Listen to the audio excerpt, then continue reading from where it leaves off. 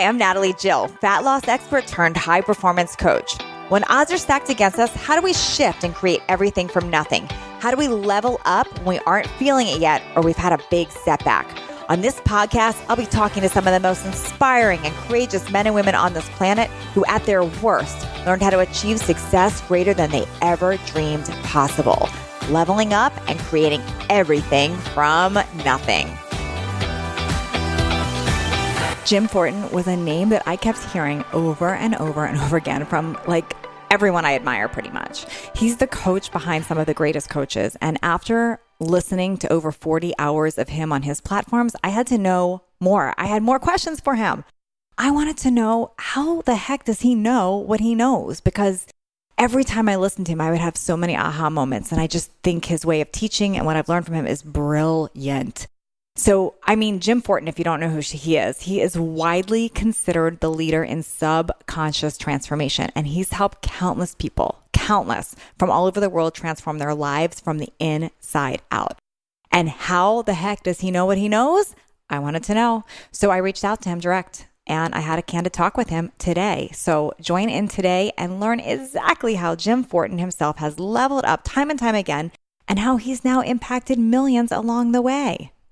I am so excited today because I've got the one and only Jim Fortin on. And Jim, I cannot wait to interview you because I feel like we're friends even though you don't know me yet, because I hear you in my ear pretty much every day when I walk. You're like my go-to podcast that I listen to. You've been my coach from afar. We have a lot of mutual friends. And so I feel like I already know you, like we're best friends here. So. Well, let's be best friends then. Yeah. No, I feel like I know you because I'm very picky about people that I'm friends with. And I don't mean that in an arrogant way. It's that I choose who I'm around and who I have in my environment. And the people that that we know mutually, that are mutual friends, are people that I consider the most integral, heart-centered, loving, giving people. So I already know you. Yeah, thank you. You too. So I have so many questions, but for those of you that don't know Jim Fortin, it's going to be different than other interviews I've done. This is not coming because I understood a specific hardship that he had and I wanted to know how he overcame it. This is because by the way, I have those. I don't mean to interrupt you. I have those and we can go there. I'm probably going to go there then too, for sure. But the reason I really wanted him is you've really coached me from afar and you've changed my way of thinking about things. So I'm curious how you even got into that. So I wanted to go back because I know you're now considered, this leader in subconscious transformation. And I want to know where that even came from. Like, did you know as a little kid, that's what you were going to be doing? Take me back. No, as a little kid, I had planned to be a politician, literally as a kid. My mother said, I remember when I was 6, my mother looked at my aunt and said, this kid talks so much, he's going to be a preacher or a salesman, and I don't know which. Because you talked a lot, which is funny. As a kid. I was a jabberjaw as a kid.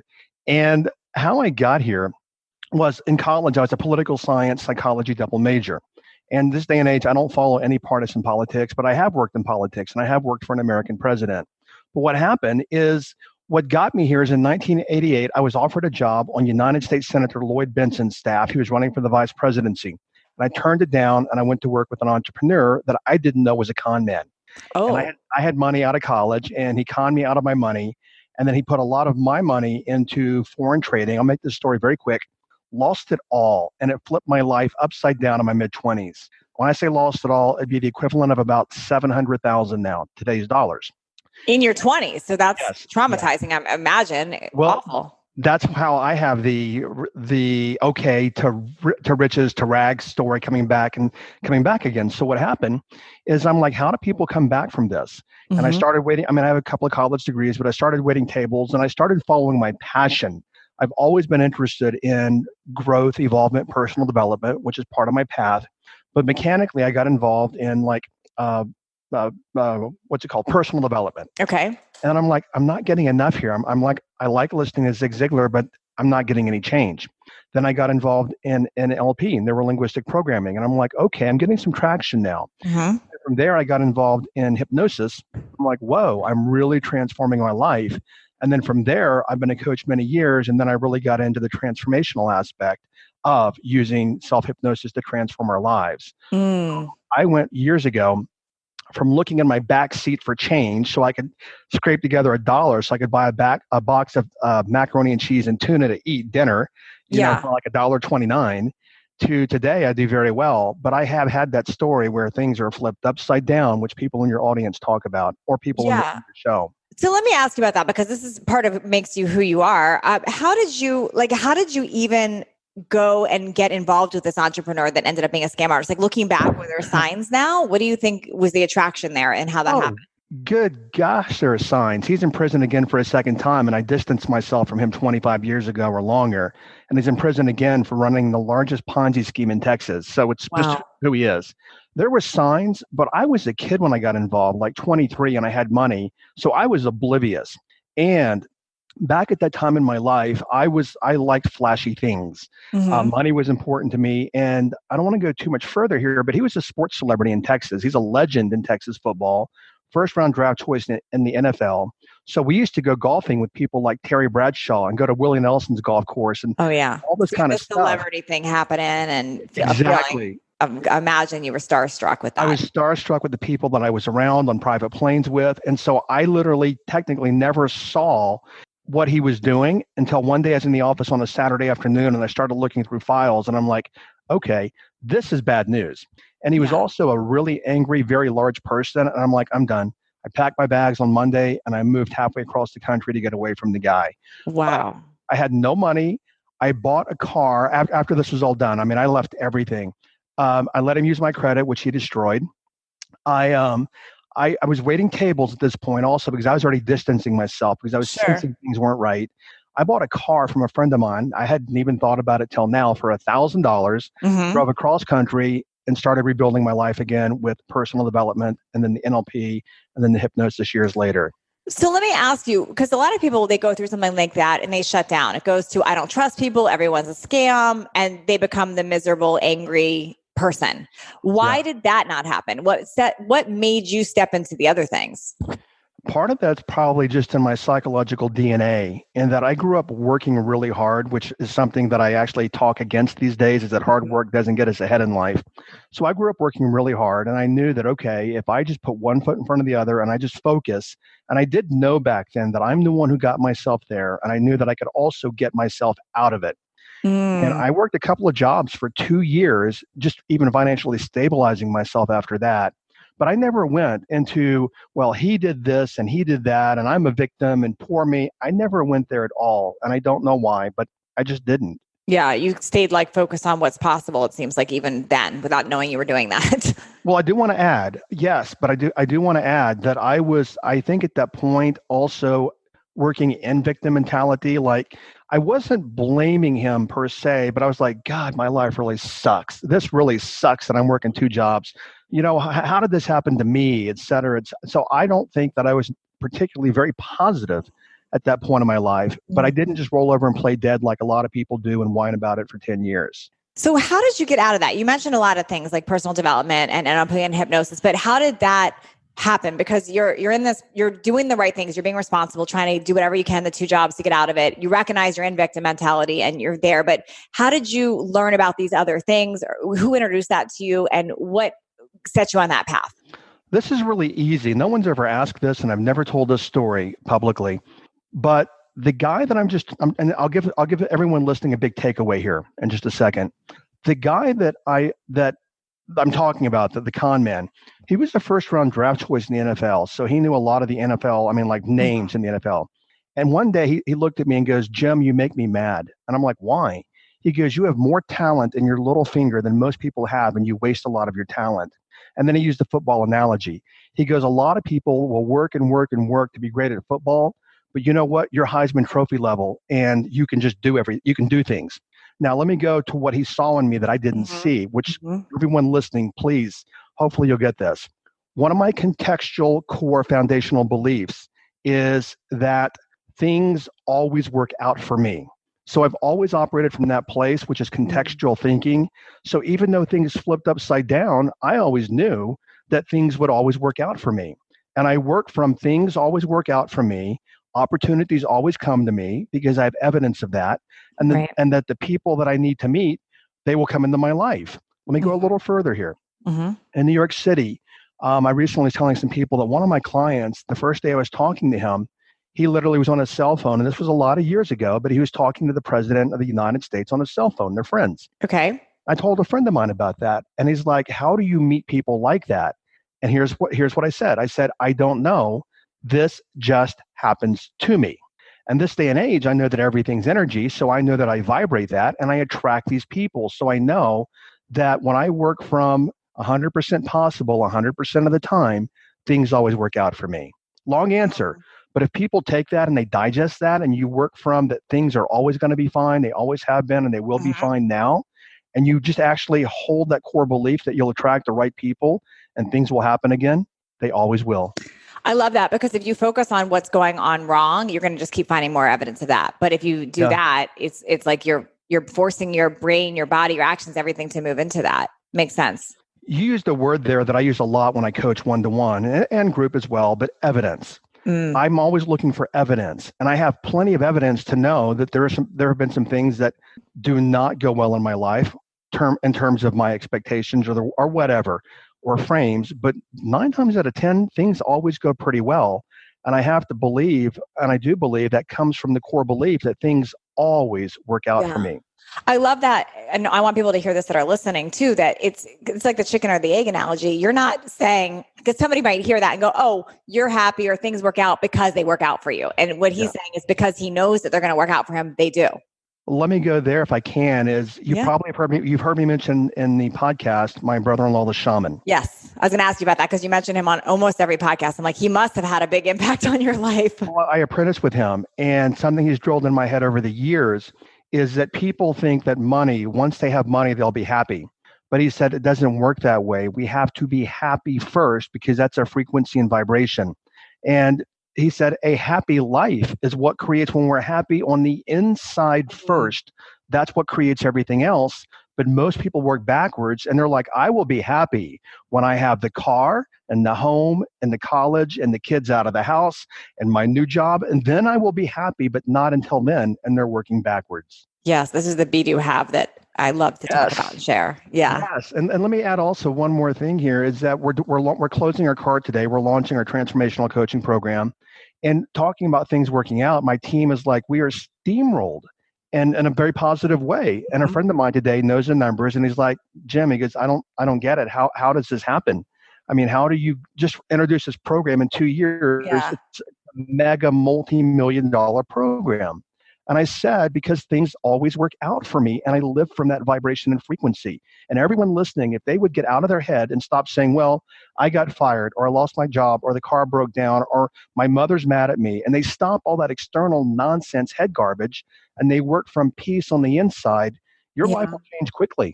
I love that. And it's so true too, because I think about every interview I've done on here. I've done over 100 interviews, and everyone that's been super successful and walk through this, they all will look back and say that those hardships, those hard times, it happened for them. They always say that. They never stay stuck on that. So there is something on the other side of it. But like you're saying, you have to believe that's there, that's available. Yeah, the people we're talking about earlier, the one who lives in San Diego that's known your husband for a while, that has got a very successful company now.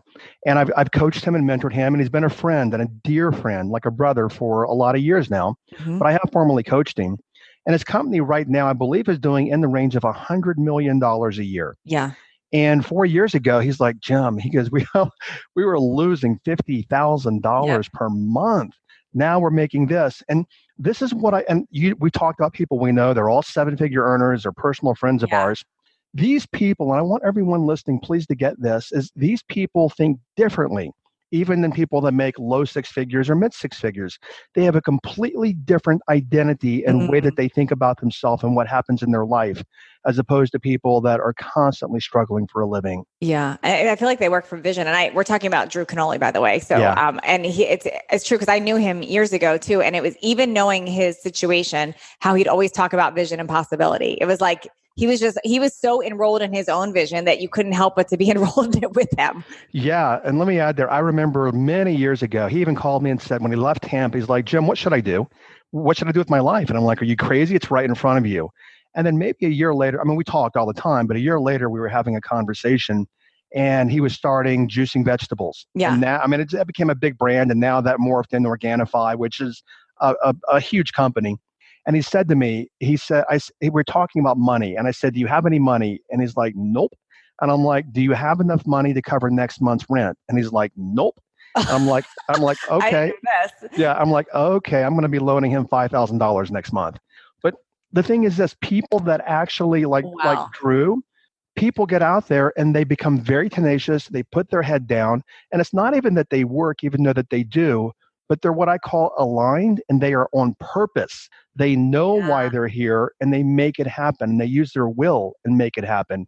And I see that in every 7+ figure earner. That's amazing. Okay. You mentioned Yeah. something before we started recording, I said to Jim, I said, you don't know a lot about me, but I am that person that's a pattern of creating a lot. I make great success and then I have failure. And then the failure teaches me so much more. And then I create another success and it's a pattern. And he said, let's talk about that because he said he knows why that happened. So if you're listening, I want this to be coaching for you too. I'm dying to hear what you're going to say here. I'm going to give you two examples. Number one is I used to speak at the same events as Donald Trump many years ago. I never hung around. Tony was there. Robbins and other people were there. I never hung around and listened to the other speakers. One time I did hear Trump say that in 92, he was walking in the streets of New York and he saw a homeless guy. Mm-hmm. And he said, that guy, I looked at that homeless guy, Trump said, and he goes, that guy was richer than I was because I was $2.9 billion in personal debt. That guy was just broke. So he was 2.9 billion ahead of me. And today, Donald Trump, he says he's worth 10, but other sources say he's worth about 3 billion. Still a lot of money, okay? Yeah. But here's what I ask people. How did Donald Trump go from 3 billion down to 3 billion up when in his external world, the world around him, he didn't have any money? This is where most people crash and burn, is they actually start associating and identifying with that circumstance of the world around them. And what Trump did, even though in his external world he was broke, in his internal identity, there's the key word, everyone, write it down. In his identity, he was rich. So what happens is our external world always corresponds to our internal identity. Now, a couple of more stories to help people here. What you have is we all have like a barometer, like on your wall for your air conditioning or heat or whatever. And if your air conditioning is set at 75, well, that's when the air conditioning turns off. So we have financial barometers. So let's say, for example, and I will share mine with you in just a second. I love it. So we have financial barometers, our thermometers or thermostats or whatever you want to call them. So what happens is once we hit the limit of that thermostat in our finances, our subconscious mind goes, okay, you're at the top of your game. You cannot go through that because that's the top of your game. So we're going to actually stop you right there. Or people have an identity of also, and I see a lot of this. Well, what I see most of is even though we live in a country where 79% of people live paycheck to paycheck, and people that do make money, I see a lot of money in, money out, money in, money out. That is their unconscious identity. I make money, I spend money. Don't have enough. Make money, spend money. Where they're not working from is the identity of I attract money and a lot of money piles up in my life. So even though you do well and your husband does well, you have it, and I'm going to apply this to myself. I love it. You've got a thermostat. And then when you hit that thermostat, this is all completely unconscious. Your unconscious mind goes, okay, top of your game, time to go back down again. So for me, being 100% transparent, I never knew that my programs were going to go where they are and where they're going. And I've always been a good earner. My partner, we make good money. We have investments, we have land. So I've never really chased money, and I've never really thought about it. Now, I'm in a place in my business now where we're making millions of dollars per year. And I'm in a place where, okay, you know what? I'm a little out of my comfort zone because this is taking off like a wild horse and I'm hanging on to it. And you know what? I can't go back to my old identity of wanting just a life by myself, sitting on the back deck, having a glass of wine. I need to become a different person, and a different person relative to the way that I coach, the number of people that I coach, and even the money that I attract. So I am literally, and just to be more transparent here, is I really like a simple life. I'm all about simplicity and authenticity and just really just do not complicate life. And as my company started growing, I'm like, holy cow, I never planned on all this. Now I've got these employees and all this stuff and the lawyers and the taxes. I never planned on this. And then I got to, well, why don't I just hire somebody to take care of it for me? And I'm literally in the process of my own personal transformation about saying, Jim, if you're going to serve and you're really going to help people, you got to raise the bar even more. And who would that person be when you raise that bar? So for everyone listening, this is what I tell people, then I'll shut up, is that we don't get what we want in life. I don't care what you want because that's left brain, that's analytical thought. We get our unconscious identity, and that's all we get. So if we don't have what we want, we have to shift the identity, and you personally have to move your identity thermostat to a higher level. Interesting. Okay. So I'm following, and I've heard you talk about this before, and I've heard the thermostat example, and it registers. But what I get stuck on is how you figure out what it is. Like, because in my mind, I'm like, well, I don't have a thermostat. How do you figure out what it is? And is that go back to the evidence of like, well, it's the evidence of what you've been staying at, or and then how do you fix it? How do we fix it? Let's go there first. How to figure out what it is. People will say to me, Jim, if my identity is subconscious, and I can't see it, well, then how do I know what it is? Easy. Your external world is your identity objectified. Now, for example, I don't know, I haven't been in your house, but that chair behind you is a contemporary chair. Okay, so part of your identity in the pink chair you're in might also be a contemporary. I'm in my house in Sedona, which is I don't know if you've ever been to Sedona, but you would love it. Sedona. Love it. Sedona is not a contemporary place. It's more rustic, more traditional, more mountainous, etc. So my house here, which everything in my house reflects my identity, which is more rustic, more mountain, more traditional, etc. So our identity comes out, whether it's in our house, whether it's in our car, whether it's in our bank account, and let's go there. You have a question? Go ahead. No, I just had like a massive aha moment. This is really interesting because I'm sitting here thinking, I'm like, well, my house doesn't really reflect that. I'm like thinking as you're talking, and it hit me that ever since the housing market crashed in 2007, 2008, I have not owned a home. I've owned 4 homes before, and I have not wanted to own a home since that happened because I lost so much in that. So I'm a renter. So Brooks and I have rented over and over and over again. So every house I'm in is temporary. It's like a year, 2 years, constant. We've like gotten into that. Like we start over. But I just made a parallel in my business as I asked you, why do I have a pattern of creating everything and then losing and creating everything and losing? And I hear I'm doing that in my home. So what you're saying is true.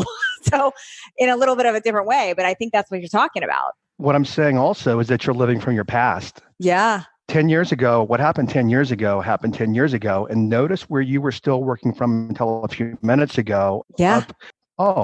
This is what we do now because something that doesn't even exist anymore 10 years ago happened. Therefore, we choose to live in a way now that limits us on something that happened in the past. Wow. I would have never put this together until you were saying all that. That's really cool.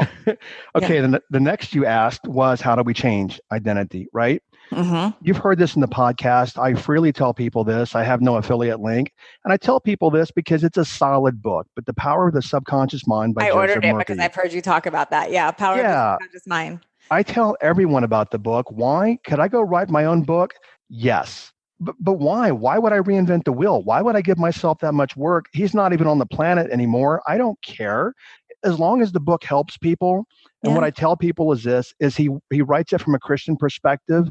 It doesn't matter. Just filter that out and put, universe or put nothing in there or divine force or whatever. But take the content in the book and start reprogramming your subconscious mind. And in particular, the identity of who you want to be. I love that. So is that pretty much what you did for yourself? Did you walk through those actions? I worked at the Hypnosis Institute 20-something years ago in New York. So yes, I've been aware of the power of hypnosis and self-hypnosis for 2 decades.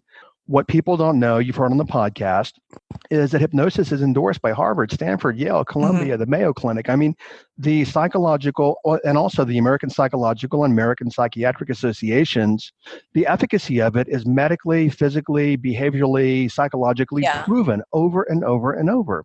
So I probably have 100 different audios on my phone these days. And I listen to 1 or 2. That's about it on a consistent basis.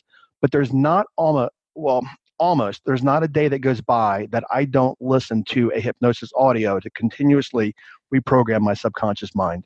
So are these, and what hypnosis, how does somebody find the right ones? And do you recommend that people jump into that? Because to me, my mind just went to like, oh, that's probably a quicker way than trying to figure it all out myself. I should just be hypnotized. Yeah. Is that something you recommend for people? I definitely tell people, like my transformational coaching program, we close tonight, and I do teach, comprehensively self-hypnosis, and I have my own audios in there that are not released to the public that I share with people. But I also tell everyone in my program, I'm going to refer you to a hypnotist that we have here in the program, or find one in your city and find one that I say is endorsed by the National Guild of Hypnotists, because I know they're training. I know they're good at what they do, most likely. But I recommend, and I hear time and time again from students, Jim, the self-hypnosis is great, but you know what? You're right. When I did at least one session with a hypnotherapist or a hypnotist, Mm-hmm. wow, amazing results for the most part. I do want to say one caveat. Stanford has discovered that hypnosis doesn't work really effective for a small percentage of the population, like about 10%. So a hypnotherapist or a hypnotist really wouldn't serve that person well. But for most of us, we can get extreme benefit from a hypnotist. And it doesn't work because those people can't get into that state, or because they're just not influenced with that. It's not that they're not influenced, because that would be left brain thinking, analytical. I mean, their brain just doesn't work in the way that facilitates what we call trance or the hypnotic state or something. And then, if that's the case, well, then the way to reprogram your subconscious mind is through I think it's called autogenesis, a word somebody made up, Okay. or auto suggestion, meaning people don't get. What we talk to ourselves about all day long is what we program ourselves with. And this is nothing new. This has been around forever in personal development. But for example, if I say money's hard to come by, money's hard to come by, money's hard to come by, and I say that all day long, or you got to struggle for money, I am programming myself to be a person with that identity to actually struggle for money. Yes. And then what I do is I struggle for money. It's an unconscious behavior, and I don't even know that I'm doing it, but that is the paradigm that I live in. Yeah. Now, I don't live there, but I used to. Yeah. Yeah. And from listening to your podcast, I mean, I've caught myself many times, and I would have said, I don't live there either, but I still catch myself. I think a lot of us do it. You have to consciously, you have to really start being aware of how many times you say to somebody, I'm broke, or this isn't working, or yes. that all that stuff starts really being part of you. Yes. And let me add my own transformation. I no longer say this, but I used to always say, even when I was making good money, and I make really good money now, but I would say, oh, I don't care about the money. I love what I do. And I'm like, Jim, what are you telling the universe when you say you don't care about money? Right. Not that money defines me. You know, your husband drives a Porsche. I drive a Porsche. We kid about that and stuff. Mm-hmm. But here's the thing. To me, money is just a tool. And the more money that I attract, guess what? The bigger reach I can have. So then I said to myself, well, yes, I do care about the money, because guess what? My director of operations wants to be paid. My tech guy wants to be paid. My social media manager wants to be paid. So I do care about the money, because it gives me a bigger reach to help more people. Yeah, that's really good. Okay, help me here with I'm going to go to something I get commonly from people. So this is okay. what I want. People get very stuck in that place that Drew was, or that you talked about when you were broke in your 20s, very stuck in the failures. And they could hear everything you're saying and know, okay, I got it. There's a thermometer. I got it. It's happening for me. I need to stay positive. I need to be thinking of these things, but they still can't move. It's like they're still the facts. I can't pay my rent next month. I can't pay my employees, or whatever that is. What do you suggest for somebody? Like, how do they even start to weave out of that? Because you're so advanced on this and it's so part of you now, but for the person that's, they hear it, they understand that textbook, but they're really stuck in their financial situation. Help me with that. Yeah, great question. Drew and I were talking in 2013 or so, or 2014, I don't know. And it was the end of the year, last week of the year. We were just talking the week after Christmas. And he went from having no money to $1 million that year. Mm-hmm. And I said, Drew, what happened? And he goes, I decided that I was no longer going to struggle with money. Okay, now let me go there. Okay. Nothing ever happens until we choose. Yeah. Right? Now let's go here. We're going to go some brain stuff, which my podcast coming out tomorrow is on this to some degree. Okay. Is that people will say, I want to change, but they go right back to their old patterns again. That's not psychological, that's neurological. And that the oldest part of the brain, the reptilian part of the brain, doesn't like change. It does not, literally. Because the oldest part of the brain is responsible for our survival.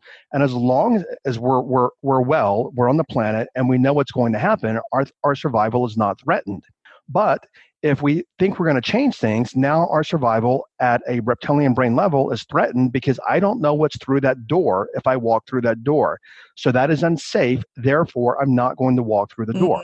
So what happens is the brain, actually, the reptilian part of the brain, pulls us back. Let me give you I just popped in my mind.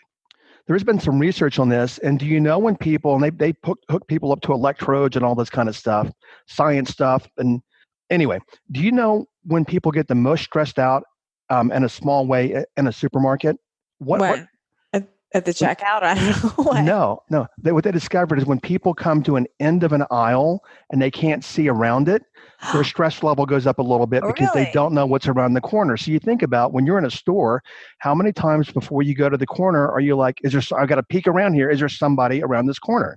Ah, good point. I never would have thought about that. You're right. And this is psychological stuff. And then I walked into a CVS one time, pharmacy in Dallas, and all the shelves were lower and I could see the entire store. And I walked in, I'm like, why am I feeling very comfortable in this store? And what dawned on me is like, I have the lay of the landscape. I can see everything in here, which is freeing. Now let me go back here. Brilliant. You know what? I'm thinking of like the natural food store here, and that's what that one is. Yeah. Versus like the big box stores are not. Interesting. Exactly. This is all brain-based. So what happens is we analytically say, oh my gosh, Jim, I get it. I'm so tired of my life. I'm so tired of struggling. But see, that's what we are at the identity level, and that's what we are at the habit level.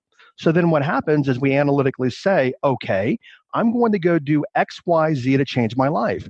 And the reptilian part of the brain says, no, you're not going to do that because it's not a habit. Let me just suck you right back into your old behavior again. So what we have to do is rehabituate with small steps, start rehabituating new thought and new behavior. Oh, I love that. It's so funny because I teach things about changing your thoughts and actions to change results, but how you're explaining it is just taking it to a whole nother level. Like I'm getting more clear. So good. Well, I tell people like I created an audio last night, a video for the new transformational program. Mm-hmm. And what I tell people is this. Let's say that you say, I'm going to change X, Y, Z about my life. I'm going to start improving my life. Well, what happens is that's conscious thought. And then you're like, oh, geez, I forgot I was going to do X, Y, Z today. That's why we use technology. And there are different apps like Stripe and Habit List and different apps you can use. Now, to give you a great example, I'm in my home in Sedona right now. And I go back and forth, and I have been going back and forth between Dallas and Sedona. Okay. And I've had all these routines for years, like Drew, and like, he's all natural and all holistic. I mean, there's like this entire regimen of herbs that I take, and I've taken for years. When I'm in Dallas, it goes off like clockwork. When I come to Sedona, I'm like, okay, get your list out, make sure you're going through everything. Why? Because I've changed my physical environment, which doesn't cue me into the habits that happen naturally in Dallas. And let me go a little further here. So the shower here in Dallas, the shower has all the soap and all like my shelves on the left. So every day when I shower, I'm reaching to the left. When I go to Dallas, it's on the right. And when I went back to Dallas, the very first day, I started reaching to my left. I'm like, oh my gosh, my brain is habituated to shower because I've been doing that for 2 weeks there. So everyone listening, please, and stop personalizing and saying, oh, I'm bad and I'm undisciplined and I just don't have this and I can't do that, because that's all thought, when it's your habits, which are brain-based, which are driving you. That's why people talk about habits, but very few people understand habits. So good.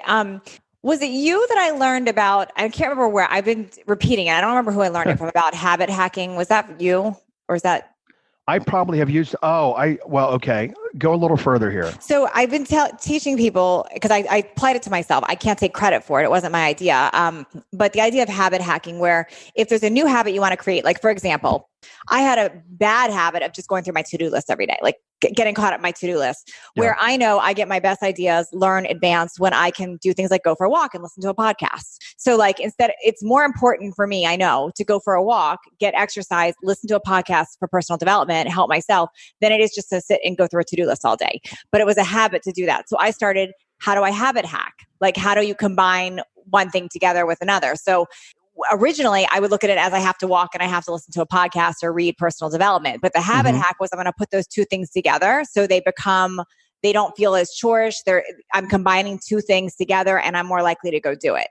Okay. So are you asking how to combine them? Well, no, I'm asking if I got that from you. And like, is that a way that you would suggest how people can start a new habit? Yeah, you didn't use my words, so I don't know if you got it from me, but I teach people the same process.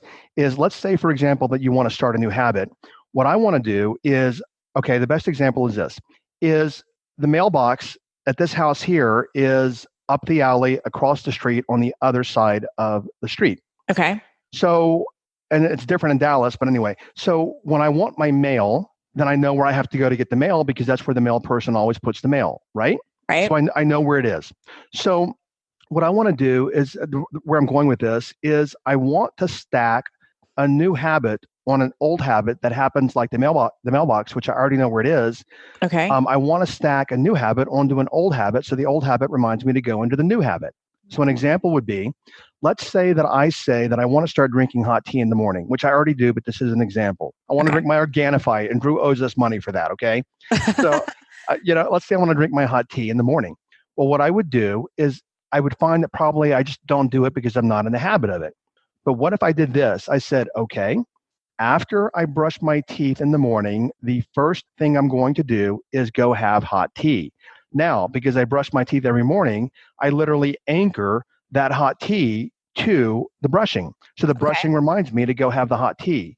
I call that habit stacking, but that's a way. I like that, habit stacking. It's a way to cue the new habit by tying it to an old habit that already happens automatically. So I do that. I think now that you're saying that, like instead of having your cell phone next to your bed, or if that's your issue, like you check your cell phone every day. I always put my vitamins and my supplements and my water right there. So first thing in the morning, I might still grab my phone. I'm not perfect with that yet, but I also do have my supplements and my water right away. That's exactly what I'm talking about. Because in the morning, what I do, the first thing is I get up and I drink 42 ounces of water. Yeah. It's a habit now. Something I do, I have a Contigo with me, and this gets filled up multiple times a day. Even though this is audio, we're doing video. Yep. You've heard me say this in the podcast. Every time that I fill this up, before I take a sip, I bless the water in the I can't say the word. Contigo. There we go. Mm-hmm. All right. I bless the water. Why? Because it's a practice in gratitude for something that sustains my life. Because something that's important to me is to live from gratitude. Am I perfect at this? I'm pretty good at it. It's very rare that unless my environment changes, which throws me off. Yep. Anytime I have this one right here in my hand, this will be blessed before I drink it. But it's just habit is all that it is. That's amazing. It sounds you just have this so together now. Do you ever have days where you're just completely off, where you're like, oh, I didn't drink my water. I was feeling victim. Did that ever happen to you? And I don't want to be a jerk or sound like a jerk. No, I'm really curious. Like if it's no, it's no. I'm curious if that's possible. I want to know. Anything's possible when it's habituated because everything comes down to habit. Do I have really like bad days and funk days? Absolutely not. No. Why? Because you've heard me say this in the podcast. I move my attention. Anytime I'm in a funk, I'm miscreating and I'm in a place I do not belong in. I cannot tell you. Actually, I can tell you, the last time I was in a funk, I was in Salt Lake City. That was 3 years ago. And I remember that I was walking in the streets and I was in the funk, but I brought the funk back from Dreamtime because I woke up in a funk, which is Dreamtime stuff. By the way, we have to talk about Dreamtime because that is life-changing. So, and I want to explain what that is, and have people, because before I heard you talk about this, about Dreamtime, I had this pattern of waking up at 3 a.m. with these amazing ideas. Constantly. Like I'd have these amazing ideas at 3 a.m. and I used to get stressed about them because I would sit there with it in my head and want my husband to wake up and he didn't want to talk about it because it's 3 a.m. and I didn't know what to do with them. And Stop right there. I'm interrupting you for a reason to coach you here a little. The reason you're probably getting stressed is because you had these big ideas and then you had so many, you didn't know how to prioritize them and where to start. Okay, good coaching there. So it could be. I want you to look at that. Because if you're getting stressed, there's something driving that behind that. So I just want you to look at that. Okay, good. So, but after I heard you talk about Dreamtime, I started realizing that some of those ideas were actually things that had really changed a lot in my life for me in good ways when I implemented them. So I started almost steering the ship with them, where I would, before I go to bed, do what you said and ask, what is the problem I'm trying to figure out, or what is it that I want the solution for? And I just really get present with that. And it's working like a charm. Like now I feel like if I do wake up, it's with those answers. Okay. So let's go here and then we'll go there. Okay. Because people are going to want me to finish about how to move, how to get out of the funk, or they're going to be throwing rocks at us saying, why didn't you guys finish that? Yep. Okay. So I brought this funk back from Dreamtime. I mean, if you wake up in the morning and you're angry at someone or you're in a funk, that's all Dreamtime stuff. That's happening at a different level of consciousness. And I remember that I was in Salt Lake City, just on vacation. I'd never been there, just checking the city out. And I woke up in a funk. And I messaged my friend Brandon, who also works with my brother-in-law to some degree. And I said, I'm in a funk this morning. And this is what I said. I have to move my attention because if I keep it in the funk, I'm going to stay in the funk. Mm. And so I moved my attention probably 3, 4 times. And I'm like, whoa, this is not moving. And I had to just really, really get present and move my attention. And it finally shifted because to me, it's of no value to stay in these funks because when I'm in a funk, if I am, which has been years, which is all habit, if I am there, then I am miscreating in my life. So everyone, you've heard me say before, and people disregard. Human beings want things to be complex. Jim, show me the 7 steps and the 7 ways to be happy. Well, unfortunately, there's only one way to be happy, and that is to be happy because you can't be happy until you be happy. But people want steps to it. So I'm going to say this and we'll go to your Dreamtime stuff, is people don't get when I say, and I mean this respectfully, guys, when I'm saying people don't get, I mean, I'm not being, I hope to be a humble guy and all this kind of stuff, but I'm telling you, sometimes I just want to shake people and say, get it already. A simple phrase, you are where your attention is. You've heard me say that before. You are where your attention is. And guess what? If you lost your job and then you bring your attention to no money, no money, no money, no money, this is what you keep recreating. And then you start talking to yourself about it even more. And then you create a self-fulfilling prophecy that you're trapped in. And you don't even know that you're trapped in your own self-fulfilling prophecy. So everyone, please, if you find yourself somewhere you do not want to be, plain and simple, it's because your attention brought you there. Whew. So okay, good. dream time. So good. Yeah, every time I hear you talk, I'm like, so many aha moments. Thank so good. you. Okay, so dream time. Yes, dream time. What do you want to talk? Okay, so I want to explain. If you could explain what that is versus my rambling expression of it. Okay. Because and there's a whole episode that he's done on his podcast about this that I want people to listen to too. But in a nutshell, because I tried to explain what I learned from your podcast to people, and then they implemented my little tidbits, and it worked for them too. So I think this is powerful. Okay, so there's a couple of aspects. We'll keep it simple and effective today. So working with a shaman for 25 years now, is dream time is key because all the work happens in dream time. In dream time, people look at our lives as night and day. I am awake right now, but I'm asleep when I go to bed. That is not true, but that's a very limited perspective of the world. Is that as long as you are on this planet, you have this consciousness running through you when you're awake and when you're asleep. When you're awake, you have your analytical brain going, no, you can't do that. You grew up poor. You're overweight. She's prettier than you are. He's better looking than you are. She's going to shoot you down. You can't have this, et cetera, et cetera. That's all left brain. Mm-hmm. Analytical, prefrontal cortex. But in dream time, your left brain goes to sleep and you are pure, unfettered consciousness. And you're awake in dream, even though you're asleep, you're awake because if the alarm goes off, that's something outside of you. You hear it, but it's your unconscious mind that hears it. Now, to keep this really simple, we could work at multiple levels, but let's work at a practical level. Is the job of your I switch the words unconscious and subconscious, but most people say subconscious. The job of the subconscious mind is also to problem solve. This is where the old phrase, I want to sleep on it, came from.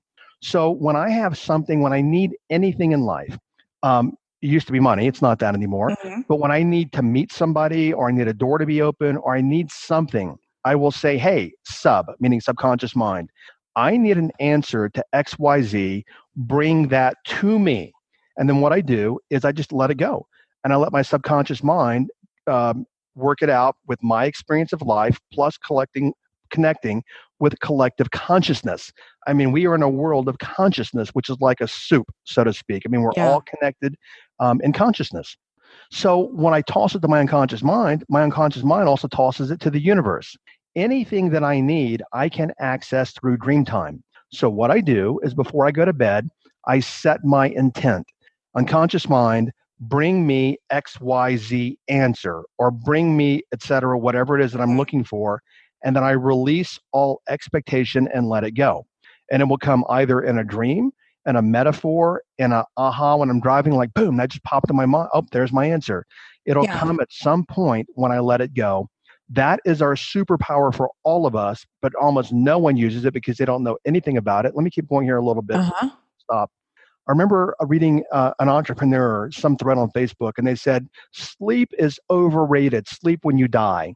And I thought, you know what, that person, understands nothing about the capacity of their own beingness as a cosmic and human being, because dream time is where we heal.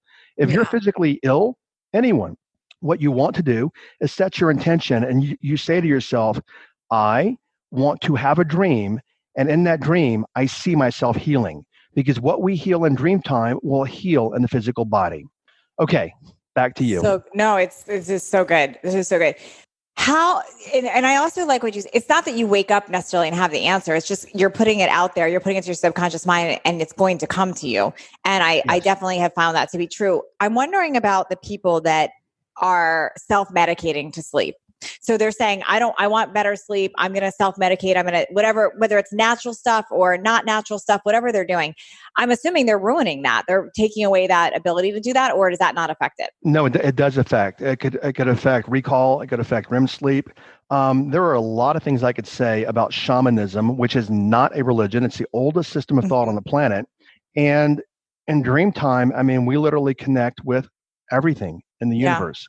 And there's so many things that I could say that I won't, because I don't want to go too far off the deep end for a lot of people.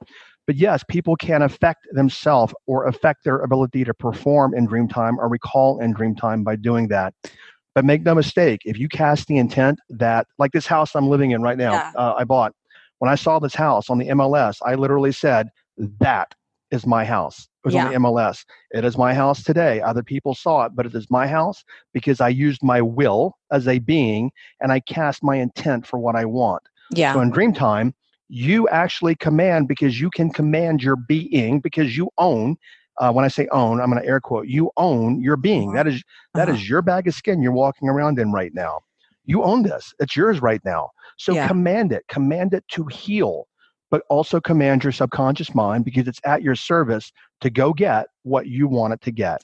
Yeah. Okay. I have another question for you, because you talk about your brother-in-law, the shaman, a lot. And when people hear shaman, they know different things or they think different things. When you say shamanism, are you including plant medicine in that, not plant medicine? I just want to understand more what that is. And if we can explain to people what a shaman even is and why that's been such an important relationship for you. A wonderful question. And shamanism is according to anthropologists, the oldest system of thought on the planet. Okay. It precedes all religions, and it pervades and even filters into all the religions. Okay. The word shamanism means one who can see in the dark. Shamanism originated on this planet in Siberia, at least in this epoch of human history. Mm-hmm. Shamans in Native American times, they were the medicine men, the healers, the seers. They were the wise men to the Mayan kings and the advisors to the Mayan kings. My brother-in-law is a shaman. He started when he was 6 years old in Mexico. He is a healer. He is a seer. And he's given me evidence for over 25 years that he can literally see into my body. Now, I'm going to give you a story here, is that, for example, somebody that we know, he called me and he goes, and he knows my brother-in-law, and he's worked with him. Mm-hmm. He said, he goes, I'm totally blown away. And this was just recently. He goes, my mother was diagnosed with cancer, but before the results came back, he called my brother-in-law. Mm-hmm. My brother-in-law, air quote, looked into it and said, your mom is going to be fine. She has cancer, but it's a slow form and she has no worries about it. A couple of days later, she got the test results, and the doctors told him his mother was going to die of old age before she ever died of the cancer. He can see in the people. But what I want to point out here for everyone listening, even though he is a full-blown shaman, mm-hmm. and people from all over the world call him for healing or spiritual growth, and that's not dogmatic. Because I use the word because it's what he uses to some degrees. We're all cosmic beings. You were somewhere before you got to the planet. You're somewhere when you leave. All that shamanism does in a nutshell is it evolves you or takes you to a consciousness where you connect with everything, the animals, the trees, the rocks, the water, because we are all part of this bioorganism on this planet called Pachamama, or Mother Earth. Mm-hmm. But yet we have humans have alienated ourselves from this very planet we live on and the resources that we have on it. Yeah. So one more thing here is like plants. I listened to, do you know who Jay Shetty is? Yeah. Okay, I didn't listen, but I read a review on on his podcast, and somebody said something like, this guy's a joke. Are you serious? He had a guest who said that some person had some guided being tell them about an herb or a healing or something. Okay. And I didn't laugh about that because that's how shamans work. They tap into higher wisdom and pull the information. When, for example, and I won't get too graphic here, but about, I don't know, 4 or 5 months ago, my body wasn't functioning properly. Wait, Jimmy. He called me and goes, "You have nothing to worry about. You lifted some heavy crystals," which I knew about. And he goes, "You shot that energy into your internal organs and you were misfunctioning for a couple of days, malfunctioning. Don't worry about it. You're fine." Very next day, I was fine. And he just does that by seeing, but he sees in the dream time. That's why I said there's much more beyond even what we're talking about. Okay. What do you know about like plant medicine, and do all shamans work with that, or does that not matter? Is that important? Is that not? Yes, they all work with that. For example, I'm always using, people don't understand this, most people, is that even pharmaceuticals have synthetic properties of the herbs. Sure. And the herbs can be used in all kinds of ways because there are all kinds of herbs. Okay. And people misuse a lot of the herbs. For example, right now, what a lot of people do, and they've asked me to introduce my brother-in-law, which he will not do this for people, is they want to do ayahuasca. Okay. Which comes from the herbs. And my brother-in-law is like, that's dangerous because people will charge them a couple of $1,000 to go on an ayahuasca journey. And when they're on the journey with ayahuasca, they are literally traveling in consciousness in the universe. And it's like putting your hand in the glove. They have to come back and get back in the body. Okay. Because people leading these trips don't know how to reintegrate them back in the body. And then the people start having nightmares and they start getting sick and they start feeling bad. Things start falling apart in their life because they've not been properly reintegrated back into the body. Oh, wow. So that's one aspect. Okay. And then the other aspect. That's good for people to listen to and hear and know, because that's become like this trendy thing with a lot of entrepreneurs. Exactly. Yeah. And somebody we both know asked me, and I said, absolutely not. And he's like, well, if my brother-in-law, which he knows in my name, says no, then I'm not going to do it. Because my brother-in-law has told me, he goes, so many people come to me, and I have to, metaphorically here, guys, when we used to have phone lines years back in the 70s and 80s, you'd see the phone company separating all the wires in the box. Yeah. He goes, when people do those journeys and it's not done properly, I've got to go back in and restore all those wires to help them function properly again. That's one aspect of herbs. And the medicines and the allies. But another aspect is we can use herbs to heal. Okay. I mean, there's a library of life. There's a pharmacy of life in herbs. And like my mother one time, just a quick example is she had a really brittle skin because she had brain surgery years ago and she's on all these medications. My brother-in-law could help her. She didn't really want to help. But her dogs would scratch her arms, and they were always like scratches all over her arms. Sure. And he said, he goes, this is 20 years ago. He goes, I want you to get a pound of lard. I want you to boil it. And then I want you to dump in all these fresh herbs. And then I want you to boil it for a few more minutes and then strain the lard out and then put it in the refrigerator. And then once it's cold, I want your mother to start putting it on her arms like a salve.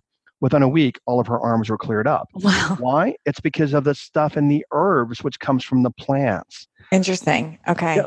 And we could go for hours about this, but there's a living library. I mean, all these plants. So plant medicine has a wide range. It's not just when someone hears that, it's not just ayahuasca. It's not just correct. There's a whole, so it's important to get clear on what that means. My brother-in-law and I were laughing about this in a good way, not at people. Yeah. Somebody told me that they had warts. And he told them to take a purple potato and start rubbing. Very quickly, they were gone.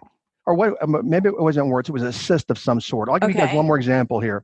I had this little cyst on the back of my neck a couple of years ago, and I don't worry about stuff medically because I can heal myself. I'm not the one who runs to the doctor and everything else. And it got bigger really quick. And I called him, or I messaged him, and I said, I have a tumor on the back of my neck. And he said, who told you it's a tumor? And I said, well, nobody. I just thought that it was. And he goes, no, what you have is a sebaceous cyst, and now it's infected. And he goes, this is what I want you to do. I want you to get some bentonite clay. Mm-hmm. I want you to get a powder of burdock herb, and I want you to get some aloe vera gel. I want you to mix 1 capsule of the burdock with 1 capsule of clay and the aloe vera gel, make a paste, put it on your neck. Within 3 to 4 days, that cyst was completely gone. That's amazing. Well, the clay, as you know, pulls impurities out of the skin. And then what it also did with the gel is pulled the burdock into the skin, which is healing. Interesting. So if somebody's listening going, this is a little getting woo-woo or whatever it is, what I also want to share is I fully believe if you do not believe something will work for you, it will not. So I also believe that. Because then we go into the placebo and nocebo effect. There's been tons and tons of medical research on this. where, and even pharmaceutical companies know this, they know that the color of the capsules will affect the effectiveness of the pharmaceutical Oh, based on wow. capsules. So Drew, when he created his turmeric, he sent me a bottle and said, "What do you think?" And I said, because the cap on the bottle was tin or aluminum, but it was Okay. silver. And I said, the color of your cap is off because if you got turmeric, yellow capsules have a yellow cap on your turmeric. And I never Oh, thought about that. But yes, and we can even use the power of the mind. Let's say, for example, I'm just drinking some iced tea from lunch. sure. But let's say I wanted to heal myself of something. What I could do is I could use the placebo effect. And this, by the way, you can laugh all you want, anybody listening. This is medically proven. If every time I took a drink and I believed, okay, Yeah. research has demonstrated, even if it's not true and I know it's not true, but I just say it to myself, I affect myself. So Yes. if I said, you know what, every sip of iced tea that I take has a healing property in it and it heals my body, then I will start healing my body because the unconscious mind doesn't know it's not true and it will start healing me. That's so good. Okay. So my water is making me younger. It's making me smarter. It's making me wealthier. Well, let's go here. Yes, you can do anything, but that's why I'm holding up the Contigo right now. Is I bless this water every time that I fill it up because I want to, or my objective is to live from gratitude. And without this container right now, I would be a dead bag of skin in under 3 days. You know that, right? Yeah. Because we need water to survive all of it. Exactly. So I operate from, okay, this is life sustaining for me. But yet we as a culture and a world, we throw it away. We do all these Yeah. things We that don't have no drink value. enough of it. We don't, yeah, all of it. Exactly. So when I drink water, I ask this water, when I fill it up, I ask this water to heal me. Now, I've not looked into it, but the guy's name is Emoto, I believe. Is that his Okay. name? I don't know. You haven't heard about the guy who talks about how water changes at a microscopic level? Water changes its structure based upon the thoughts around the water. Oh, I have heard this. Okay. That's what I didn't know that was the name. Okay. But I Yeah. have heard that. Yes. Yeah. And I haven't followed any of his stuff. I've just been in shamanism for so long. And then people will say, well, how do you know that? The reason I know it is through personal experience because I can say, I have a brown couch in my house. And you can say, well, no, you don't. Well, you haven't been in my house. Yes, I do. So being with a shaman for so many years and seeing the healing and the power of the mind and the ways that people can heal themselves mentally, physically, and emotionally by using the mind and consciousness is mind blowing. But we have that available to us. Jim, you're incredible. I could talk to you all day. But I'm gonna ask you one more question, Yeah. but I'm also gonna let everyone know you must. And I'm a big podcast person. I don't recommend a lot of podcasts, but you must listen to his podcast. You must listen to Jim Fortin's podcast because it's not like anything else I've heard. It is actually all pretty much him teaching and coaching. But what I love about your styles particularly is you take like one topic on an episode and you just peel it back. So it's not like you need a notepad of like, he's going to teach 10 points today. It's like, it's one point that you peel back. And I always walk away with so much clarity and a new way of thinking. You shift me every time I listen to an episode. I just think you've just done such an incredible job there. It's such a gift that you're doing that for us. Well, hang on. I know we have to wrap up soon, but why do you think I do that? Why do you think I do what I do with that podcast? I don't know because I'm learning that your answers are very different than I was expecting. So I don't even know. Why do you do what you do? Because you influence people. And if I can influence you and you can influence more people and we all grow and evolve and we transform our lives, the entire planet becomes a better place. Gandhi used to say, he said, be the change that you want to see in the world. Yeah. And we all want a better world, but none of us recognizes that it can really just start with you and me individually. And if we grow and transform and evolve, then guess what? We are making the world a better place for our kids and our grandkids and all the animals on the planet and the entire planet. So that's why I do what I do and the way that I do it. So people like you will spread the word and they will help more people and we all grow together. Well, it's working. I mean, you've helped me take what I know and what I want to learn just to a whole nother level just by listening to how you share it and having me think about things different. So, and if you do go, I hope everyone goes and subscribes and listens, but go back to literally episode 1. I started at the very beginning when I discovered him and I went in order. So, iTunes does not make that easy for you, by the way, because it always wants to show your most newest release. But I love that because that way you start at the beginning and you can see where he goes with it. So I do have one more question for you, Jim. And this is just something I ask everybody that's on my show. And I'm curious your answers on this. If somebody right now is listening and they're in their own personal rock bottom, so maybe they were the Drew that doesn't know if they're going to pay their rent next month. Right. Maybe they just had a business failure, relationship change, health scare, whatever it is. And you were to give them 3 pieces of advice so they can start creating everything from nothing and changing this, what would you tell them? Okay. Okay. Got it. Okay. So 3 very, very quickly here is number 1 is my brother-in-law. I picked him up at the airport one time many years ago. And he said, back then he called me cuñado, which is Spanish for brother-in-law. And he said, how are you today? And I said, I'm great. And he's like, yeah. He goes, when your external world is great, your internal world is great. And he goes, you're working backwards. Your internal world must always be great. It must always be 100% because your internal world is not determined unless you choose by the outside world. Number 1 is start living from the inside out. Number 2 is, I said earlier, is you are where your attention is. So if your life is upside down in the external world, that's where most people's attention goes, and it keeps them upside down in the external world. Move your attention. And then the final one is this, and this is the big one for a lot of people when they really get it. Everything always has been, is now, and will always be okay. When you really get your mind around that, for example, 2009 with you, things flip upside down. Are things okay today? Yes. They're always okay.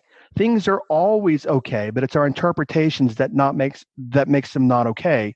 Then we get into all the external world, and it's like pulling the plug in the bathtub, and the water just drains down, and your thoughts just drain down with it.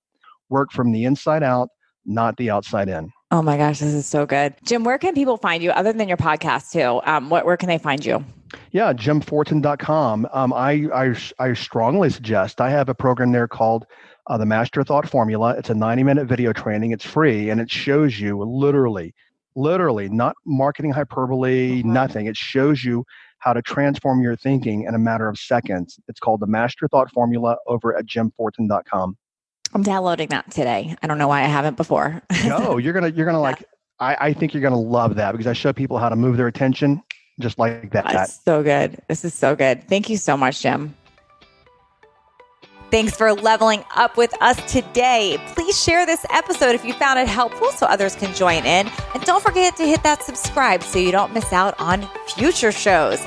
And if you would leave me a 5-star review, I appreciate those so much. I read all of them, and it's how I know that I'm giving you information that you find valuable. And come interact with me over on Instagram at NatalieJillFit. I read all the direct messages and comments over there. Make it a great day, creating everything from nothing.